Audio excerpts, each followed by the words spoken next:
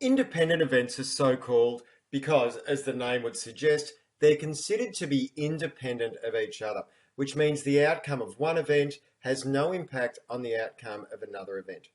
And we need to make sure whenever we have to prove this that we use the formula which I will show you about very shortly. So let's imagine that there are two events that we know aren't related.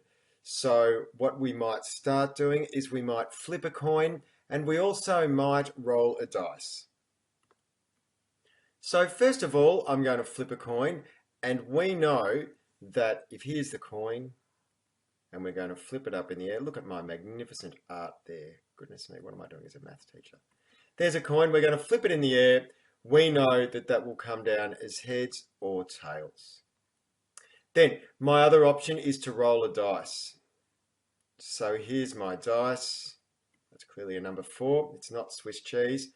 And I'm going to roll that. And I know that I could get any number from 1 to 6 appearing when I do that. So my coin and my dice, they don't know each other. They've never met.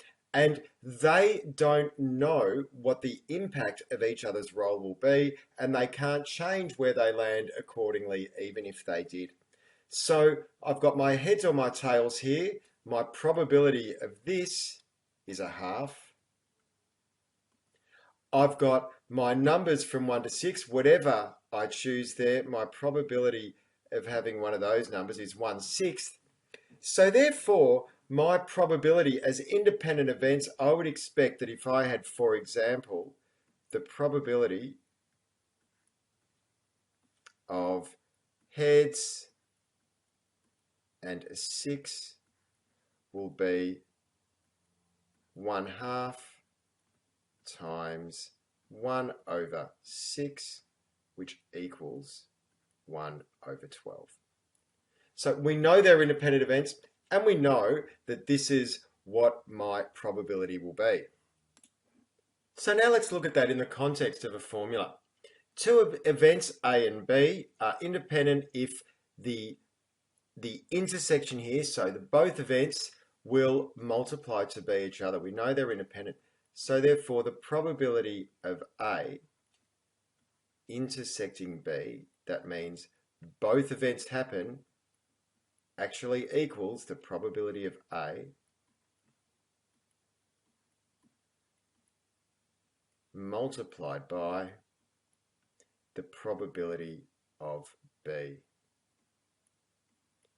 And if that is held, and if that formula maintains, then we know that they're independent. So therefore here, if I wanted to put these numbers into the example, I could say if A was heads and B was a 6, I might just write heads there, then the probability of heads and a 6, so that's using the correct language, will equal the probability of a heads, which is 1/2, times the probability of a 6. And look, this and this are identical. So that's how we know that two different events are independent. It's because that formula holds. If you found this video helpful, please like the video, or even better, subscribe to my channel. Thanks.